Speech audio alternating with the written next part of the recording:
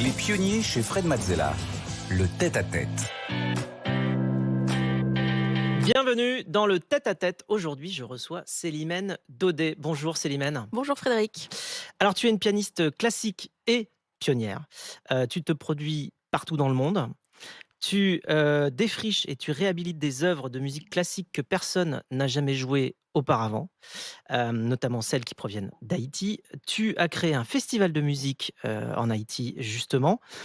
Tu es à la croisée de 2 cultures puisque, tu as une mère haïtienne et ton père est français, descendant d'ailleurs du fameux Alphonse Daudet, le fameux auteur de La Chèvre de Monsieur Seguin. Alors, tu connais le principe de l'émission, on est là pour explorer tes émotions, tes ressentis, tes apprentissages, avec, d'abord, les grandes les grandes étapes de ton parcours et puis ensuite, on plongera dans ton univers, dans tes passions, pour mieux comprendre comment tu fonctionnes, comment tu réfléchis. On va en savoir un petit peu plus, on veut savoir comment tu prends, tes décisions dans ta vie. Le tout agrémenté d'informations et d'illustrations visuelles et sonores par Rebecca qui viendra sur le plateau. Alors c'est parti pour ton parcours.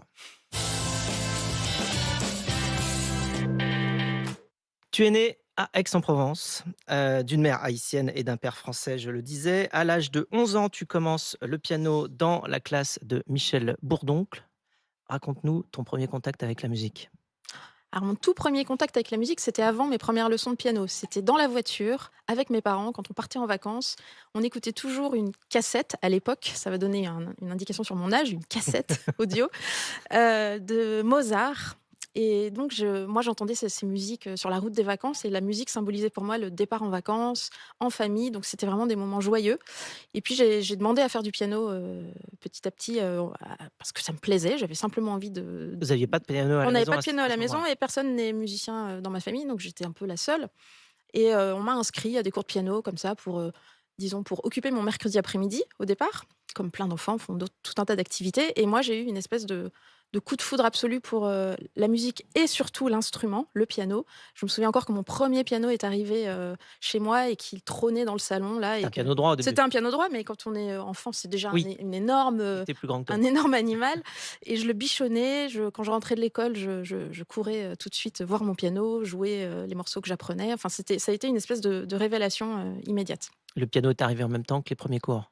Voilà, le piano est arrivé en même temps que les premiers cours et donc c'est tout un univers que je découvrais, tout d'un coup, celui de la musique classique et j'ai tout de suite senti que c'était une sorte d'espace qui s'ouvrait à moi et puis, c'était comme mon univers, en fait. Puisque personne n'était musicien à la maison, finalement, j'avais mon univers La à musique, moi. c'était à toi, Voilà, c'était c'était mon pour toi. royaume.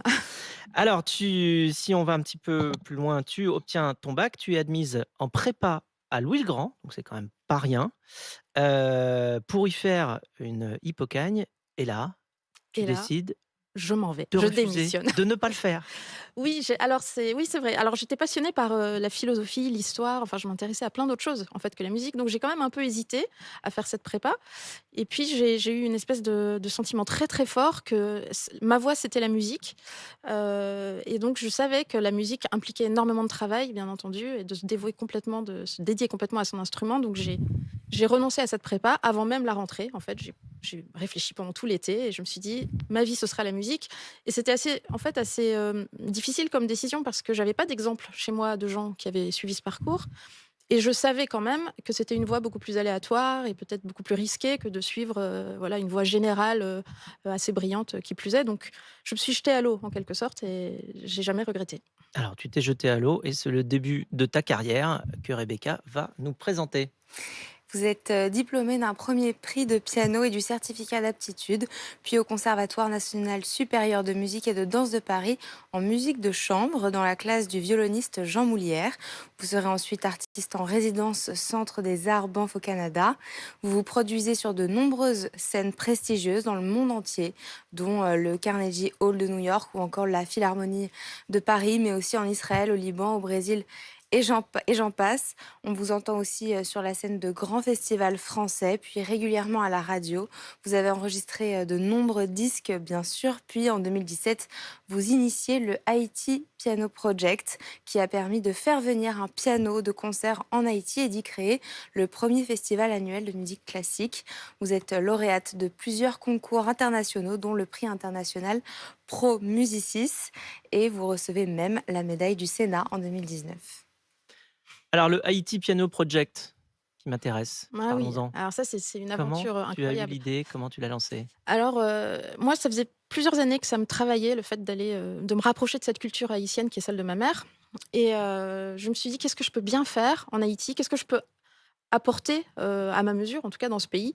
Et je me suis dit que je voulais contribuer à la vie culturelle, du pays qui est déjà très riche par ailleurs, mais il n'existait pas de festival de musique classique et j'ai décidé de me lancer, de créer un festival et pour cela, il fallait faire venir un piano de concert, puisqu'il n'y avait plus de piano de concert, en de belle qualité en tout cas.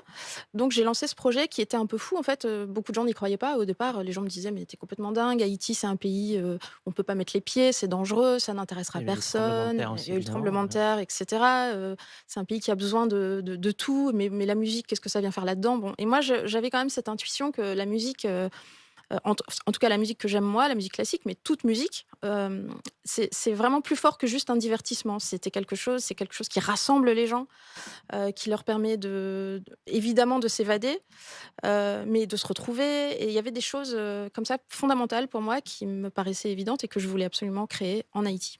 Ici, on voit un piano peint. Ouais. C'est A celui-là ou alors c'en est un autre? non, Non, celui-là, alors c'en est un autre, celui-ci hein? non, c'en est un autre. Celui-ci justement, c'est un piano qui a été détruit, dans le tremblement de terre. Donc là, on voit pas l'intérieur, mais l'intérieur est complètement démoli et c'est un Pleyel, d'ailleurs, un piano, français, début 20e siècle et lors du festival, on a décidé de s'associer avec un peintre haïtien et de lui demander de faire revivre ce piano d'une autre manière. Donc c'est pas un piano pour être joué, mais c'est un piano qui a été, retravaillé par ce peintre et j'ai adoré faire ça Couleur parce locale. que couleur Oui, locale, superbe. voilà, peinture naïve haïtienne. Alors, au fil des années, tu te rapproches, encore de tes origines haïtiennes et en 2021, tu sors ton album «Haïti, mon amour», dans lequel tu réhabilites des œuvres probablement jouées au XXe siècle, à Haïti, avec des sonorités jamais entendues auparavant en Europe. On va écouter un court extrait de l'album «Haïti, mon amour».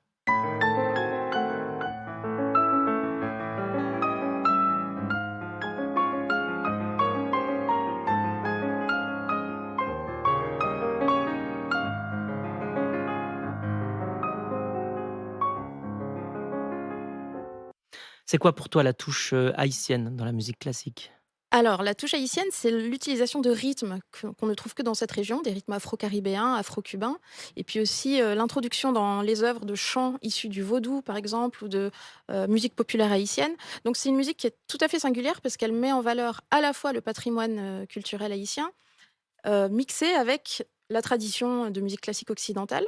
Et ce qui m'a intéressée dans ces musiques, c'est de montrer ce que peuvent donner les rencontres, en fait. C'est ça, à mon avis, la clé de la création, c'est les rencontres. Donc là, c'est la rencontre entre un univers caribéen et un univers européen. Et ça crée une musique tout à fait singulière, d'abord très poétique, très expressive, mais aussi qui porte un récit, qui raconte l'histoire de tout un pays et de tout un peuple. Alors maintenant qu'on connaît mieux, ton parcours, eh bien, on va explorer tes passions et tes engagements au travers de la musique, séquence passion. Ton monde à toi, c'est la musique. Tu t'es produite dans les salles de spectacle les plus prestigieuses, du monde, comme le Carnegie Hall à New York. Tu partages également ta passion avec, tout le monde, notamment les plus petits et je laisse Rebecca nous en dire plus. Avec France Musique et France Télé, vous avez composé la Phonothèque, une série pédagogique pour donner goût aux enfants à la musique classique. Vous y mettez en musique les animaux et cherchez des œuvres qui parlent des animaux. Elle comprend plusieurs degrés de lecture en fonction de l'âge auquel on écoute cette phonothèque, mais c'est à destination des enfants et des adultes également. On écoute un petit extrait. Un coup il est ici, l'autre là, il virevolte dans tous les sens sans logique évidente. Il peut nous rendre fous. Eh bien, le bourdon du compositeur russe Nikolaï Rimsky-Korsakov, c'est pareil.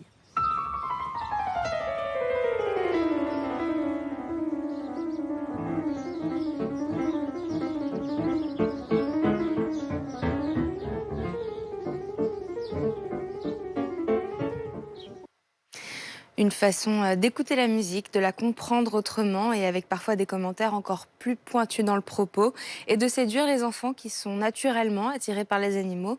Et les animaux, eux, ont toujours été des sources d'inspiration inépuisables pour tous les compositeurs. Alors pourquoi la phonothèque? À quel moment tu t'es dit, Alors, la «C'est une phonothèque, bonne idée»? on a réalisé ce projet avec les équipes de France Télé et France Musique juste après le premier confinement. Donc, c'était quand même assez extraordinaire d'abord de tourner ce projet parce que ça se tournait dans la nature, au contact des animaux, alors qu'on avait été privés pendant des mois d'air extérieur.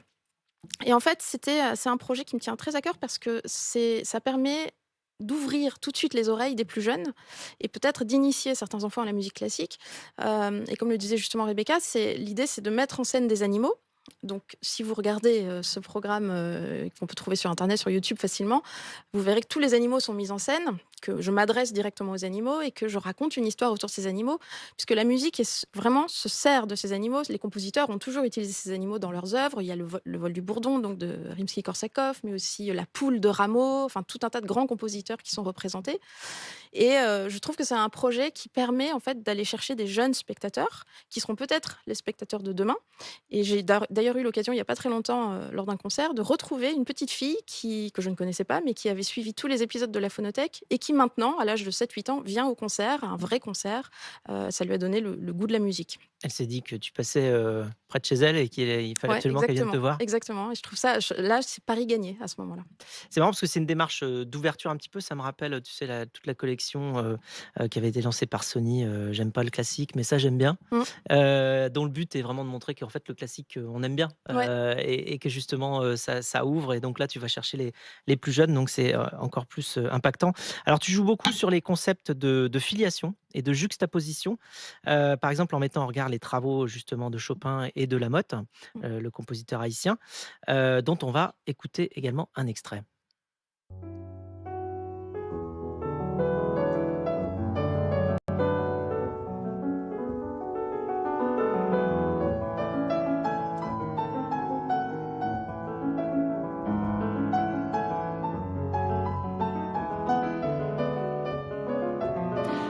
Alors cette juxtaposition et tout ce jeu-là, qu'est-ce que ça te permet justement de mettre en avant?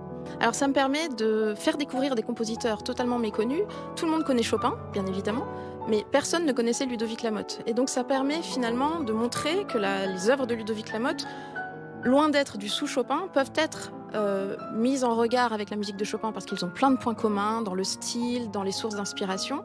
Mais on peut difficilement dire que Chopin serait un plus grand compositeur que Ludovic Lamotte en termes d'écriture. Et donc les mettre ensemble, ça permet toujours de guider le public à travers un compositeur qu'il connaît déjà, Chopin, et d'ouvrir et de leur faire découvrir un autre compositeur, Ludovic Lamotte, et de montrer que les filiations ne se produisent pas qu'en Europe. La musique classique, souvent, est un peu assimilée à l'Europe. On considère que tout vient de l'Europe. C'est vrai pour une partie, mais il y a aussi des créations magnifiques venues des Caraïbes notamment, mais aussi d'autres continents. Et je trouve que c'est important de montrer que la filiation n'est pas uniquement localisée en Europe. Alors tu fais découvrir tout cela, mais en même temps, toi-même, tu explores avant de pouvoir faire découvrir. Comment tu te sens quand tu es un petit peu seul avec ton idée, seul à débroussailler, à aller explorer? Alors Hem, moi, je suis de nature très curieuse et je me passionne très vite pour les sujets comme ça, à défricher. Donc je passe un temps fou d'abord à explorer, à chercher, à contacter des gens et tout ça, c'est le fruit de nombreuses rencontres aussi. C'est pas seul évidemment que j'ai pu découvrir tout ça, c'est parce que j'ai rencontré un musicologue à Montréal qui m'a mis en relation avec un mélomane à Miami, que j'ai rencontré d'autres musiciens en Haïti et tout ça, c'est le fruit de rencontres, fabuleuses et petit à petit, je tire des fils. Et je crée comme ça un concept. Et là, pour moi, il y a que de la passion à ce moment-là. Je suis animée par une passion et par un grand désir de transmission, en fait. J'ai envie de transmettre. Je pense que mon métier, d'être interprète, évidemment, il s'agit d'interpréter des œuvres déjà écrites, mais il s'agit surtout, pour moi, de faire découvrir au public des choses dont ils n'avaient pas idée et de les amener, de les prendre par la main et de les amener à découvrir d'autres univers. alors on l'a évoqué, en introduction, tu es l'arrière-arrière, j'espère que je ne me trompe pas, arrière-arrière petite-nièce C'est d'Alphonse ça, Daudet, c'est ça? c'est bien ça. Est-ce que cette filiation justement est une force, pour toi? Comment tu l'utilises? Est-ce que ça fait partie de toi? Oui, alors ça fait partie de moi, parce que depuis toute petite, j'entends évidemment parler d'Alphonse Daudet, j'ai lu, son œuvre, j'ai chez moi des lettres autographes où il raconte des choses très personnelles et assez marrantes en plus, donc c'était un personnage quand même, très, ouais, assez passionnant. Donc ça fait partie de moi, mais je m'en suis, je m'en sers pas particulièrement. Par contre, c'est vrai que ça m'a toujours intéressé de savoir dans quel contexte il vivait, dans quel cadre, quels artistes il rencontrait. C'était une époque, le 19e siècle, où il y avait énormément de salons artistiques à Paris, où les écrivains côtoyaient les peintres, côtoyaient les compositeurs. Donc ça m'intéresse de chercher, en fait, qui Alphonse Daudet côtoyait, avec qui il travaillait. Et donc c'est comme ça que j'ai pu, par exemple, imaginer un programme de concert autour d'Alphonse Daudet, avec des œuvres de compositeurs qui étaient ses amis, en fait, et avec qui il passait ses temps de création dans ses salons. Alors, on a une question surprise pour toi. Ah, Eh oui, c'est le chorégraphe Johan Bourgeois, ah oui, que tu connais bien, très bien. qui a décidé de te la poser. C'est parti, on écoute la question de Johan Bourgeois. Bonjour à tous, salut Célimène, j'espère que tu vas bien. Bon, tu sais, j'aime beaucoup nos discussions et je me demandais euh, à quel enjeu existentiel tu souhaites contribuer, toi, en tant que pianiste. C'est une grande question. C'est une question légère. À quel enjeu existentiel Quel enjeu existentiel? souhaites-tu contribuer? Eh bien, je dirais que, alors je ne sais pas si c'est un enjeu existentiel, mais quand même, je souhaite contribuer au rassemblement des êtres. Finalement, surtout dans le monde actuel où on voit bien les divisions qui règnent et la manière dont les gens ont tendance à se replier sur eux-mêmes et sur leur communauté, etc. Je trouve que la musique est en tout cas un vecteur de rassemblement par-delà les cultures, par-delà les croyances, par-delà voilà, les goûts. Ça permet aux gens de se rassembler et d'être comme en communion ensemble. Le rassemblement des êtres. Merci beaucoup, Célimène. C'est évidemment une belle maxime. Il est l'heure pour nous de passer à la séquence suivante.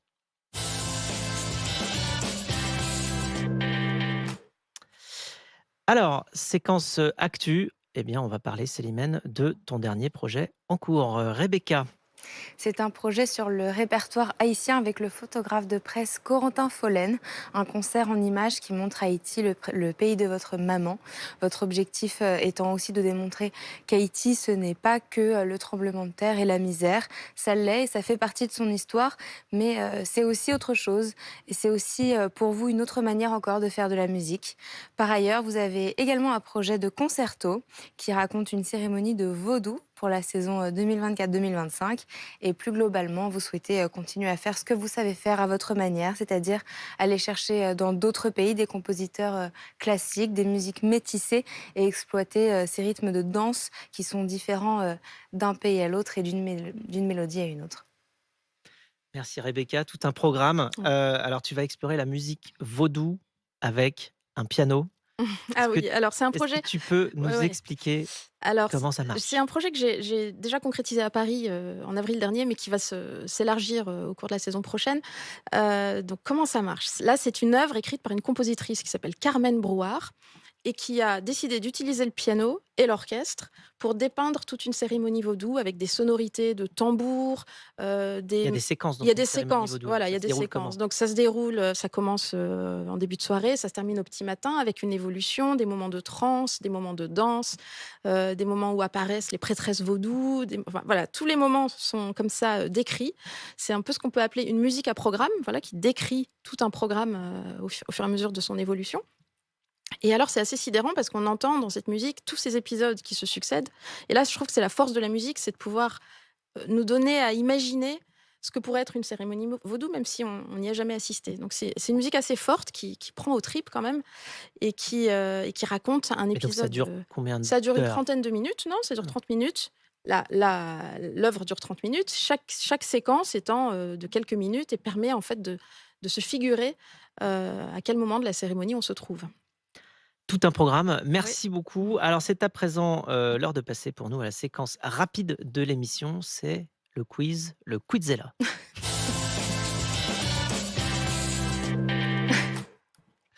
Séquence Quizella maintenant. Alors, les règles sont très simples. Je pose des questions et tu y réponds le plus rapidement possible. Ça va vite. Il y a un chrono? Non, il n'y a pas de chrono, mais c'est tout comme. D'accord. Alors, on est parti. Top. Ton compositeur favori? Bach. Le morceau ou la chanson que tu as honte d'adorer? Ah, j'ai pas honte, j'aime beaucoup de choses et j'ai honte de rien. Alors là, je peux pas répondre, j'ai honte de rien. J'assume tout ce que j'écoute.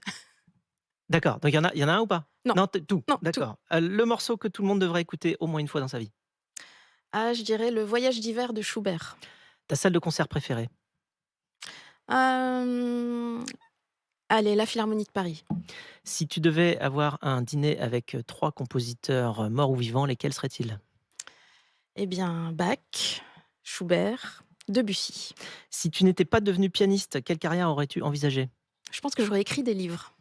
Quel conseil donnerais-tu à ton jeune toi qui commence tout juste à jouer du piano? Eh bien, je me dirais, n'aie pas peur des échecs ni des obstacles. C'est grâce à eux que tu grandiras et que tu pourras aller beaucoup plus loin. Ton petit rituel avant de monter sur scène? Je fais une petite méditation. Plutôt, vol du bourdon, la poule ou le petit âne blanc? La poule. Quel est le meilleur conseil qu'on t'ait jamais donné? Probablement de ne pas chercher un résultat, mais de plutôt aimer le chemin. Quel est ton plus grand rêve aujourd'hui? Ah! Mon plus grand rêve, c'est un rêve pas du tout musical, en fait, j'aimerais bien que Thomas Pesquet m'emmène avec lui dans un de ses vols, dans l'espace. Ah bah, on va voir si avec les pionniers, on peut faire quelque chose pour toi. Et pour finir, si les 8 milliards d'êtres humains, nous écoutaient aujourd'hui, ce qui est pas loin d'être le cas, qu'est-ce que tu aurais envie de leur dire? J'aurais peut-être envie de leur dire de se tendre la main, d'ouvrir les oreilles vers, les autres et vers ce qui ne leur ressemble pas et de continuer à chercher à se rencontrer, à se comprendre, à créer ensemble. Merci beaucoup de t'être prêté au jeu. Alors on se quitte sur une